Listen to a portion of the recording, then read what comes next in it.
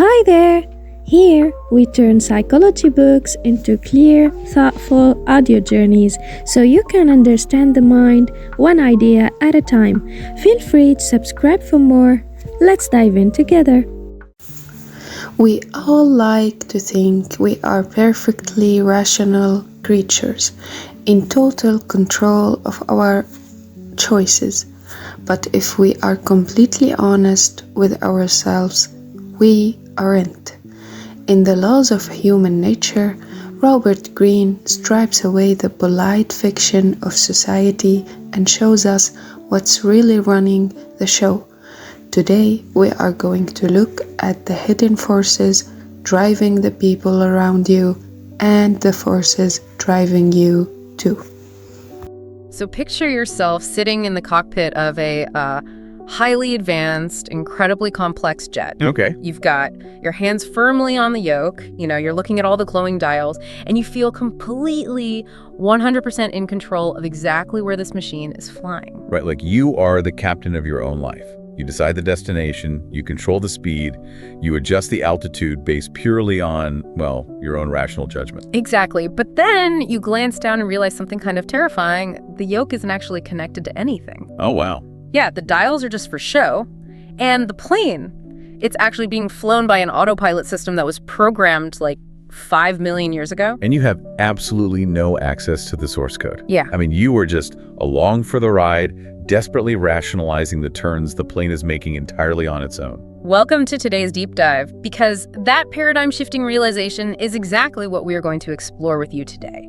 We are pulling from Robert Greene's fascinating book, The Laws of Human Nature. It's such a great... It really is. But let me be explicitly clear about our mission for this deep dive. We are not doing a standard self-help summary. No, definitely not. We are not extracting like 5 practical tips for you to become a better middle manager or, optimize your morning routine. Far from it. We are going to excavate the dark, hidden, and frankly, often deeply uncomfortable realities of human history and behavior. We are looking at the invisible strings that pull our strings. Here's where it gets really interesting. Greene argues that we are fundamentally not the rational, in-control individuals we desperately want to believe we are. Right. We are creatures driven by primal forces. So, to prove it, we're going to dive into some captivating historical case studies to show these psychological mechanics in action. We're focusing heavily on the fascinating evolutionary roots of our irrationality and the complex hidden mechanics of our dark sides. Yeah, our goal today is to look at the underlying mechanism. I mean, why do we do what we do? Exactly. We're going to examine everything from the 5 million years of evolutionary biology hardwired into our brains, to the deep-seated origins of envy, to the hidden shadow selves that every single one of us possesses. So to understand the human mind today, we literally have to travel back in time 5 million years back, to be exact. It's a long trip. Yeah, but to understand how the machine was built, we have to look at the factory it came from. And that factory was a brutal, unforgiving environment. I mean, early hominids were simply trying to survive against predators and the elements. Right. What we really have to remember is that for the vast majority of our evolutionary history as a species, language did not exist. No words at all, no complex syntax to say like, hey, I think there's a leopard in the brush, or I'm feeling a little alienated from the hunting party today. Right, so how did they survive and cooperate without language? Master your emotional self. The very first law Greene talks about is the law of irrationality. Here is the hard truth. Human beings are fundamentally driven by emotions, not logic. We make a decision based on how we feel, and then our brain rushes in to invite a logical reason to justify it. The main takeaway here, before you can ever hope to understand or influence anyone else, you have to master your own emotions. You need to create distance between what you feel in the moment and how you react. That is the big question. They survived by evolving the ability to communicate highly complex emotions. Yeah. Joy, shame, gratitude, deep resentment, sheer terror, instantly, right on their faces. The signs of these emotions could be read and felt by the rest of the group in milliseconds. Because if one person sees a threat and feels panic, the whole group needs to catch that panic instantly so they can run away. Exactly. It's an automatic survival mechanism. The group is essentially acting as one giant nervous system. Yeah, they became extremely permeable to the emotions of others as a way to bind the tribe more tightly together. To feel joy as one, or to remain united in the face of danger. And the critical insight here is that this biological wiring did not just vanish when we invented words or the printing press or the internet. Right, it's still there. We are still hardwired to be highly susceptible to the moods of the group. We literally catch viral feelings of anger or outrage from each other, completely subconsciously. See, I struggle with this whole catch the group emotion idea when it's applied to modern times, though. How so? Well, sure, it worked on the savannah when everyone was physically together in a pack, but today we have these massive echo chambers online. Are we actually catching viral emotions, or are we just self-selecting into digital tribes that already agree with us and then mutually reinforcing our own biases? What's fascinating here is that the digital echo chamber is actually the ultimate exploitation of that exact biological mechanism. Right, really? Yeah, you aren't just reinforcing a bias, you are seeking the neurochemical reward of group cohesion. Oh, wow.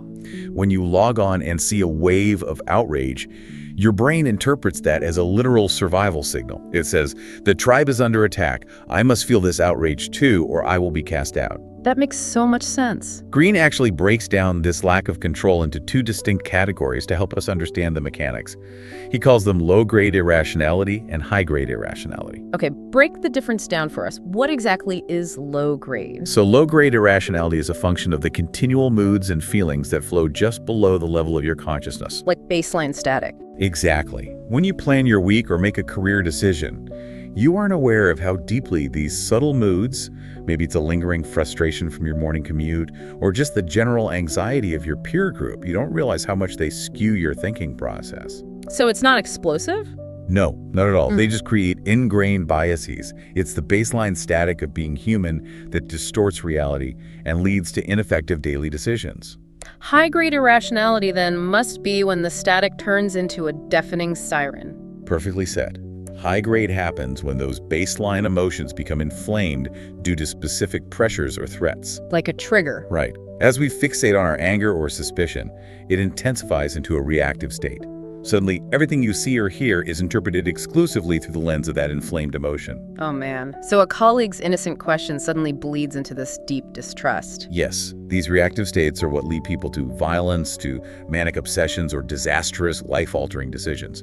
The emotional brain just completely hijacks the logical brain. Which makes total sense when you look at the absolute chaos of human history. Yep, absolutely. But Greene points out that there are rare exceptions. People who somehow manage to hack this ancient biology instead of being enslaved by it. Yes, the historical examples are incredible. Look at Pericles in ancient Athens. I mean, this guy was a statesman operating in a highly volatile democratic environment where crowd madness and high-grade irrationality were daily existential threats. And Pericles is a brilliant case study because of how he actively managed his own psychological state, and by extension, the state of all of Athens. He didn't just try to become an emotionless robot, did he? No, actually he worshipped the goddess Athena. Because Athena represented practical rationality. She wasn't, cold and distant. She was strategic, martial, and fiercely effective. Right, so during the Peloponnesian War, Athens was in absolute chaos. I mean, a plague had hit the city, wiping out a huge portion of the population. Just devastating. And the Spartan army was literally at the city walls. The Athenian assembly was gripped by high-grade irrationality, absolute panic, terror, and this viral desire to lash out and make reckless military decisions. And Pericles used the archetype of Athena to anchor himself. Exactly. His goal wasn't to tell the crowd to stop feeling afraid. He wanted a clear understanding of why he felt the way he did, so he could metabolize that fear. He used the energy of the emotion as fuel for his rational engine. That's a great way to put it. He absorbed the panic of the crowd and reflected back calm, strategic resolve. He made the emotion work for the intellect. Yes. It actually reminds me of Queen Elizabeth I, who Greene also explores in the text. We're talking about a woman navigating an incredibly treacherous political landscape in the 16th century. Oh, she was surrounded by male advisors constantly pushing her toward high-grade irrationality. Oh, constantly. They were demanding immediate, aggressive action, declare war on Spain, execute this rival, sign this treaty immediately. And if she reacts emotionally to every provocation, she literally loses her head. Her survival depended on overriding her biological impulse to react. So she utilized the passage of time as her primary weapon against evolutionary biology. How so? Well, she is celebrated as an absolute icon of long-term strategizing because she recognized that human emotions run intensely hot, but they eventually cool. So she just waited them out. Yes. When pressured to make a rash decision, she would stall. She would obfuscate, delay, and just wait for the viral panic of her court to subside. Playing the long game requires immense emotional regulation. Wow. So we've established that human survival meant catching the group's emotions to avoid external threats. Right. But here's the paradox. To survive, you didn't just need to be part of the group, you needed to be valuable to it. Well, this is crucial. If you were useless, you were the first one left behind. That introduces a completely new, much darker biological drive, the desperate need for status. Status was quite literally survival. If you were at the bottom of the hierarchy, you get the scraps and your genetic line ends. Simple as that. That embedded reality explains the deep-seated origins of narcissism and envy in all of us. Greene points out a rather dark truth here. Human survival depends so heavily on social bonds that without basic recognition, without even eye contact, people actually begin to doubt their own existence. The masks we wear. Next is the law of role-playing. Everyone you meet is wearing a mask. We all create a version of ourselves for the world, a polite, professional, socially acceptable avatar. But Greene argues that if you want to truly understand someone, you have to look past the mask. You have to train yourself to notice the leaks, the micro-expressions, the sudden changes in tone, the body language that contradicts their words. People will always show you who they really are if you know how to look. It's a striking vulnerability, honestly. If social validation is that physically necessary for baseline mental health, it completely recontextualizes our modern obsession with social media metrics. Oh, absolutely it does. Like isn't just a dopamine hit to our primitive brain, it's a signal that we still exist in the tribe. And this desperate need for attention leads to the constant, obsessive ranking of our self-worth against everyone around us. We're always comparing. Always. And we observe this exact same constant ranking and status seeking in chimpanzee tribes. It is a primal mechanism to figure out exactly where we stand in the pecking order. Okay, let's unpack this, specifically the envy part. Greene talks about covetousness, the grass is always greener syndrome.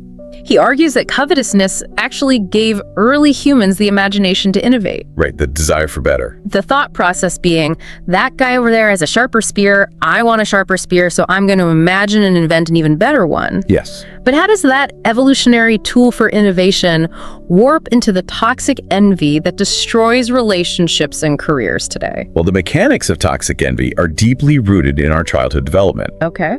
Psychologist Melanie Klein proposes that when children experience profound envy, maybe they felt a lack of attention from parents compared to a sibling, for instance, it creates a devastating sense of inferiority. That makes sense. Klein's theory suggests that a child's brain, lacking the capacity for complex reasoning, processes a lack of attention as a literal threat to survival. Because they depend entirely on the parents. Exactly. So the brain builds neurological walls to ensure it never feels that vulnerable again.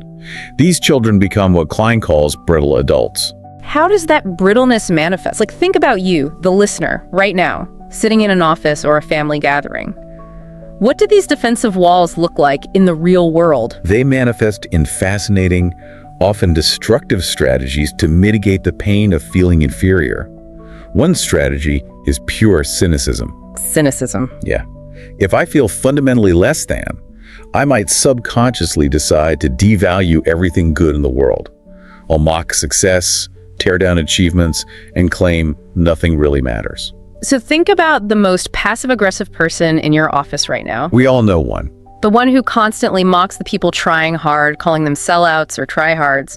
Greene would argue you aren't just looking at a jerk, you're looking at a brittle adult terrified of being compared. Which pushes some people into the exact opposite direction, hyper-independence. Oh, interesting. Someone might push everyone away, refusing to rely on anyone.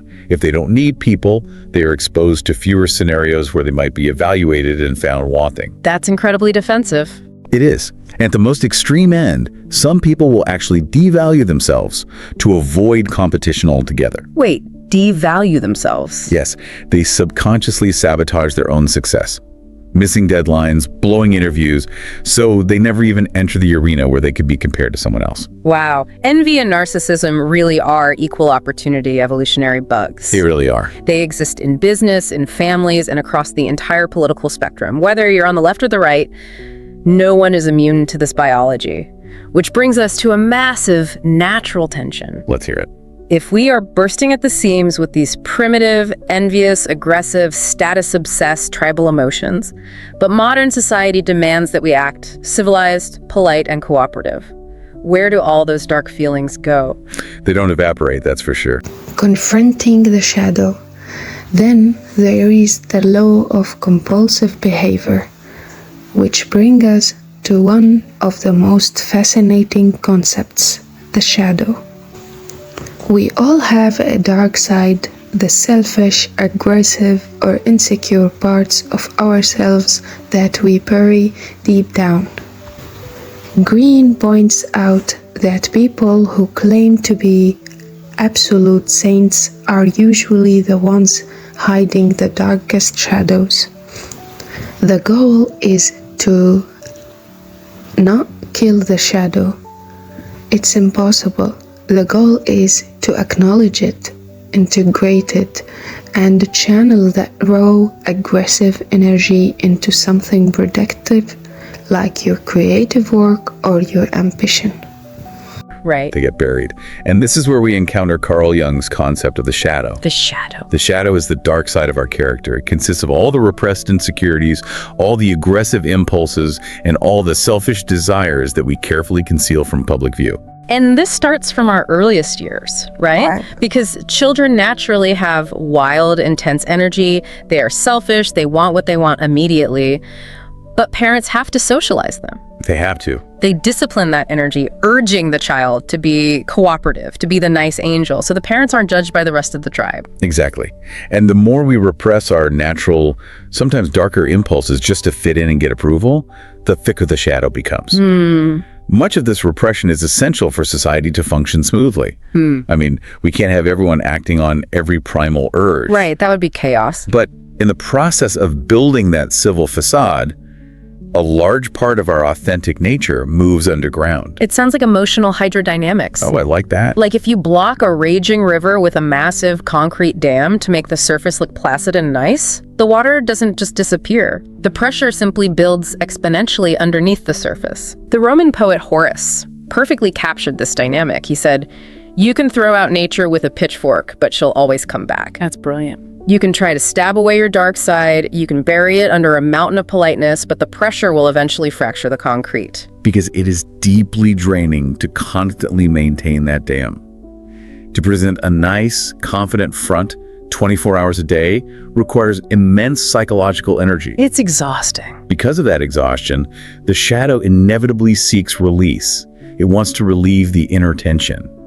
And this often leads to leakage, where people act in erratic, self-destructive ways that completely baffle the people who thought they knew them. Let's look at the historical case studies of this in action. Greene's analysis of Richard Nixon is a perfect example of the danger of a thick shadow. Nixon is fascinating. He possessed immense political talent and an incredibly sharp intellect. But he also carried a remarkably thick shadow. Yeah, he really did. He harbored deep, agonizing insecurities about his background, feeling he was never truly accepted by the political elite or the Ivy League establishment. He felt profound resentments. Yes, but to maintain his public image as a statesman, he rigorously repressed all of that. He built a massive concrete dam of statesmanship. But under the immense, crushing stress of the presidency, the concrete fractured. Exactly. His paranoia wasn't random, it was the specific leakage of those deep-seated insecurities, the secret hostilities, the obsession with enemies that was the shadow pouring through the cracks. His inability to look within and integrate the darker sides of his own character ultimately destroyed his career. And if we connect this to the bigger picture, the contrast is revealing. The most magnetic, highly influential figures in history were often those who didn't try to pitchfork their nature away. They did the opposite. They actively flaunted their shadow. They didn't bury it, they integrated it. Look at Coco Chanel. She lived in an era with incredibly strict, rigidly enforced gender codes. Women were expected to be exceptionally nice, agreeable, and deferential. That was the social mask required for survival. And Chanel deliberately broke those codes. She tapped into traits that were traditionally deemed masculine at the time. She allowed her aggressiveness, her ruthless ambition, a touch of coldness, and her fierce independence to sit right on the surface. She didn't hide it at all. No. By showing her shadow, she didn't just liberate herself, she completely revolutionized fashion and culture because she radiated a dangerous, intoxicating authenticity. Or look at Anton Chekhov, the great Russian playwright. Chekhov was a doctor, very rigid, constantly playing the role of the perfect, moral, good son to support his family. Right. But he suffered from crippling depression and writer's block, and he literally cured himself by facing his shadow. Wait, really? Just like that? Yeah. He realized he had this dark, overly moralistic, almost tyrannical side to his personality that he was expending massive amounts of energy to hide. Instead of denying it, he unearthed it and channeled it directly into his writing. He stopped trying to be the perfect, agreeable guy, and he became a literary genius. Because the massive amount of energy previously required to maintain the dam is now freed up for creative use. Exactly. My absolute favorite anecdote from the text about this authenticity involves Jacqueline Kennedy Onassis. Oh, this is a great one. We typically think of Jackie O as the ultimate, polished, repressed, traditional political wife, but Greene tells this captivating story of her meeting the writer Norman Mailer in 1960. Right. Mailer was this famously aggressive, macho, dominating literary figure.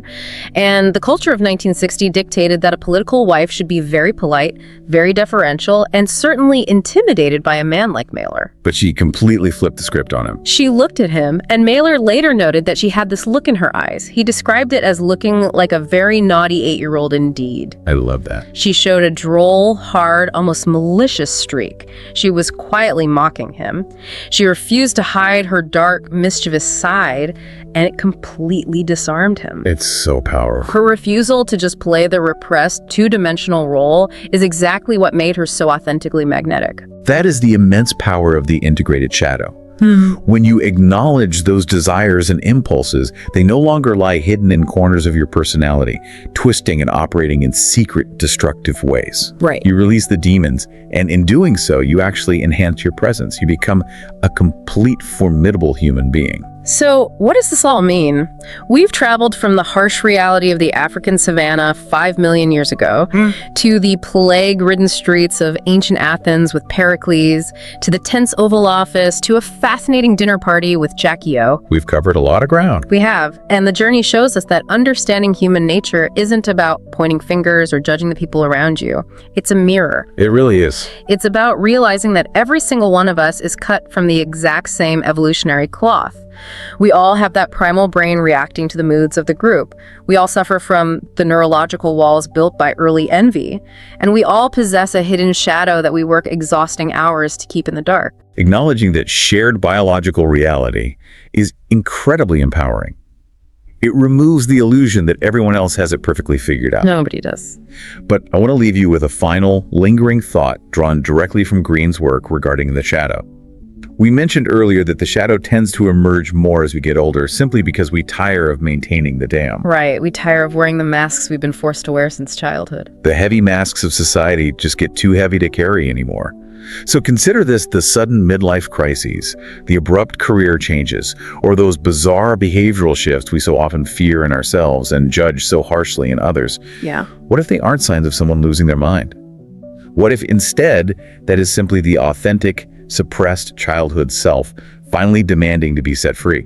Wow, so the next time you feel that sudden spike of envy or that viral urge to lash out with the crowd, Remember the cockpit. You don't have the source code to the 5 million-year-old autopilot. But by acknowledging the shadow, the biology, and the invisible strings pulling your behavior, you can finally put your hands back on the yoke. Something for you to ponder. In the end, reading human nature isn't about becoming manipulative or cynical. It's about becoming realistic. When you understand these laws, you stop taking people's bad behavior personally. You realize it's just human nature playing out. You become an observer, calm and detached. Until next time.